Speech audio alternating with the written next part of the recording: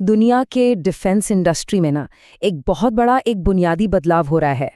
अब खेल सिर्फ इस बात का नहीं है कि किसके पास ज़्यादा हथियार हैं, नहीं, अब खेल इस बात का है कि कौन उन्हें सबसे स्मार्ट तरीके से बना रहा है। और इसी वजह से पावर का पूरा बैलेंस ही बदल रहा है। तो इस पूरे बदलाव को समझने के लिए हम 5 हिस्सों में से देखेंगे।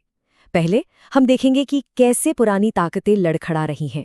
फिर जानेंगे कि भारत कैसे खुद को एक खरीदार से एक निर्माता में बदल रहा है। हम मेक इन इंडिया पहल की बात करेंगे, जो इस बदलाव की असली ताकत है। रूस के साथ भारत के उलझे हुए रिश्ते को समझेंगे और आखिर में ये सब मिलकर भारत को एक नया ग्लोबल प्लेयर कैसे बना रहा है, इस पर गौर करेंगे। ठीक है, तो चलिए शुरू करते हैं। सबसे पहले ये समझना जरूरी है कि आखिर ग्लोबल हथियार बाजार में चल क्या रहा है, कौन है टॉप पर और क्यों उनकी पकड़ अब कमजोर पड़ती दिख रही है। देखिए, ऊपर से तो लग रहा है कि हथियारों का बाजार आसमान छू रहा है, मतलब रिकॉर्ड कमाई हो रही है। लेकिन अगर आप थोड़ा गहराई में जाके देखेंगे तो इस फील्ड के जो पुराने धुरंधर हैं वो असल में काफी गंभीर मुश्किलों से जूझ रहे हैं। इसके दो सबसे बड़े खिलाड़ी अमेरिका और चीन दोनों ही मुश्किल में हैं, लेकिन वजहें बिल्कुल अलग अलग हैं। एक तरफ अमेरिका है, जहां F-35 जैसे बड़े प्रोजेक्ट्स की लागत बेहिसाब बढ़ रही है और उनमें लगातार देरी हो रही है। दूसरी तरफ चीन है, जहां भ्रष्टाचार के खिलाफ एक बड़ी मुहिम ने पूरे सिस्टम को हिलाकर रख दिया है। और एक्सपर्ट्स भी यही बात कह रहे हैं। अमेरिका में ये जो देरी और बढ़ती लागत है, ये सिर्फ बजट का मामला नहीं है, इसका सीधा असर उनकी मिलिट्री प्लानिंग पर पड़ रहा है, जिससे दुनिया में उनकी ताकत पर भी सवाल उठने लगे हैं। तो सवाल ये उठता है कि जब ये बड़े बड़े दिग्गज खुद ही मुश्किल में हैं, तो इस खाली जगह को भरने के लिए आखिर कौन आगे आ रहा है? चलिए अब बात करते हैं भारत की और देखते हैं कि कैसे भारत वर्ल्ड स्टेज पर अपने रोल को पूरी तरह से बदल रहा है।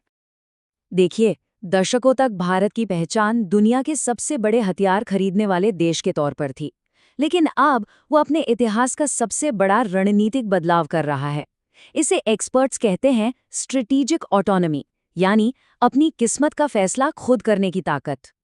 सोचिए, सिर्फ 10 साल पहले भारत अपने लगभग 72% हथियारों के लिए पूरी तरह से सिर्फ एक देश पर निर्भर था, और वो देश था रूस। ये एक बहुत बड़ी निर्भरता थी। और अब देखिए, ये बदलाव कितना जबरदस्त है। रूस का हिस्सा सीधा आधा होकर 36% पर आ गया है।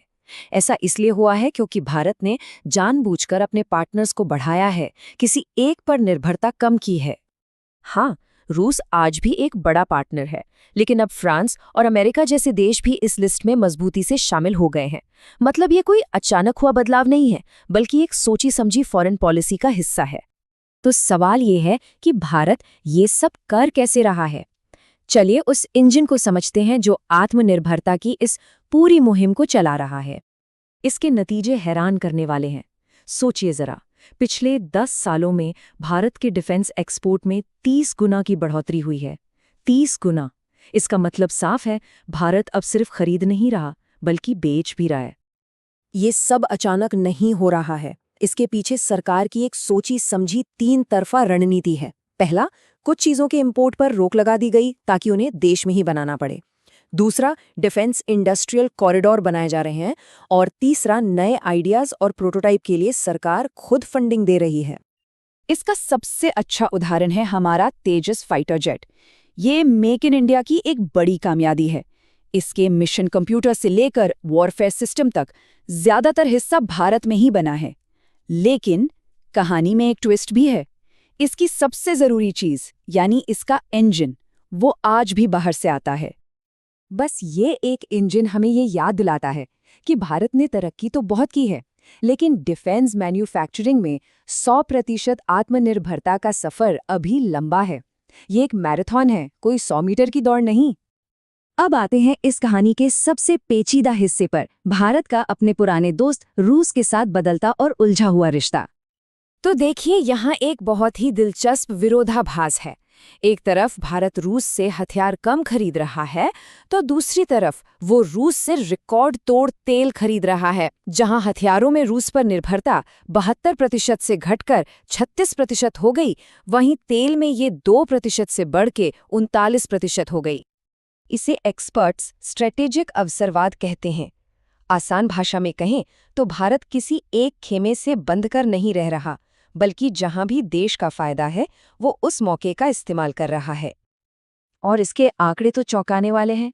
सिर्फ तेल की वजह से 2022 के बाद दोनों देशों के बीच व्यापार 10 अरब डॉलर से सीधे लगभग 69 अरब डॉलर पर पहुंच गया है।